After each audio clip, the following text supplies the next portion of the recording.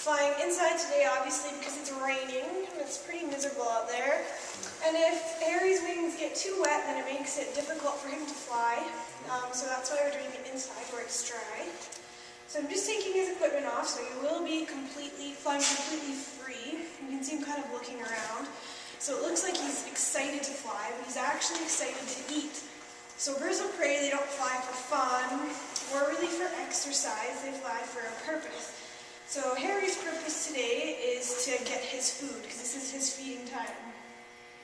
So he knows that I have some food in this bag for him, and he's been trained to fly down to the end of the building and come back to get that food. Now I'll see how Harry does today. He's acting pretty keen. The birds don't usually fly in here. We only do it when we absolutely have to. So they're not quite as good at flying in here. Sometimes they're a little bit slower, but Harry's usually one of our best birds in here. So I'll let him go right away here. See waggle his tail feathers there. That's a sign to me that he's hungry and he's keen.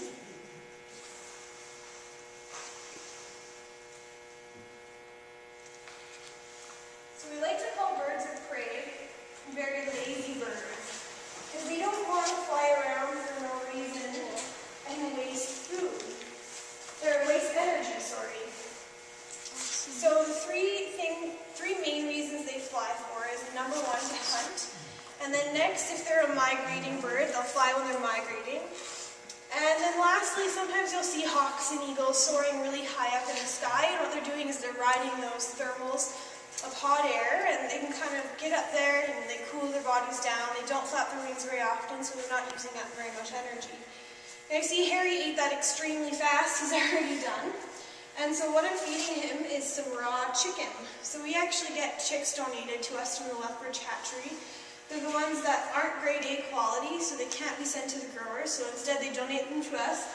And without that donation, it would cost us about $1,000 a day to feed all of our birds. So it's a really great source for us.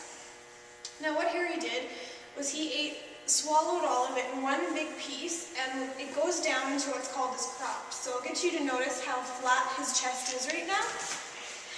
So he's excited to go again right now. But his chest is pretty flat. Now at the end of the demo, after I fed him all his food, he should have a little bit of a bump right there. And that's where all this food is going to get stored. And so Harry can store it there and digest it as he needs it. So he can eat about 3 to 5 days worth of food at one time, and then just sit around digesting that food. So I'll let him go again here. Now I want you to notice how close he flies to the ground. Lots of times his jesses will even touch the ground.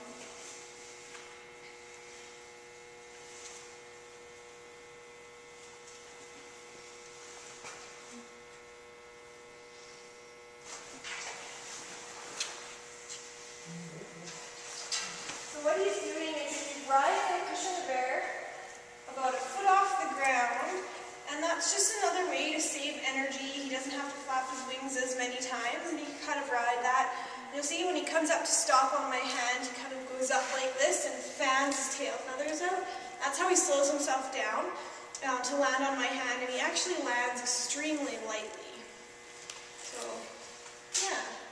And as I said before, Harry's one of our laziest birds, so you see he wastes no time down there. I have to be really quick with Harry to get the food out, because he's so quick sometimes he'll catch you before you have it out. And he's been known down at the field to go halfway down, do a U-turn and come back, and do half the work for sometimes still get the food. I'll let Harry go again. Now Harris hawks aren't native to Alberta. We actually purchased them to use for these flying demos. So as you can see, he's a really great bird to work with. And most of us are, actually none of us are professional falconers. We just learn on the job. And so this is a really great bird to learn with. And it's a little more reliable and less aggressive than some of our native species of hawks. Now you see him kind of covering up his food with this wing and spreading out his tail feathers. That's called mantling. And so Harry doesn't know that you guys don't like raw chicken, and he is worried you might steal it, so he wants to cover it up and hide it from you and eat it as fast as he can so that you can't take it from him. So in the wild, there's always going to be other animals, whether it's another bird or something on the ground, trying to take your food away from you. So they want to make sure he gets it all, and he'll gorge and eat as much as he can and as fast as he can. So I only have one more flight for Harry, and that will be all he'll eat for the day. So in the wild, Harrisocks aren't going to be eating chicken like I'm feeding him right now. They feed on things like lizards and snakes and other small reptiles, as well as hares, rabbits. There we go. So they have a really unique hunting strategy where anywhere from 5 to 7. Yeah, 5 to 7 and known up to 12 Harrisocks will hunt together. So a couple of them will run on the ground and chase something like a desert hare out of the bush, and then the rest of them will ambush it, and they'll all eat together. Whereas most other hawks and birds of prey are more of a solitary hunter. They don't cooperate quite as much as the Harrisocks do. And that's another reason they're so popular among falconers. So because they're in the desert, there's not a lot of trees, so they'll actually nest in and on cactuses. And they do a really neat thing called stacking, where 2 or 3 birds will actually stand on top of one another, and to get a higher perspective to see farther out across the desert and kind of look for food. So you see when he opens his wings, he's got nice big broad wings. So these birds are built for soaring and gliding. They're not really fast, agile flyers like a falcon would be. And so they catch things on the ground, and what they do is they'll sit up perched and see something and kind of look for it, and then they'll ambush it. Or when they're cooperating in hunting, they'll get someone to chase it out of the bush and then ambush it. I'll just make sure I have given him all the food, and I have. Now, he only ate 2 today, so he must have been a little heavier. They all have a certain weight that we try to keep them at, so every morning we weigh them. That tells us how much to feed them and how many times they'll fly for us.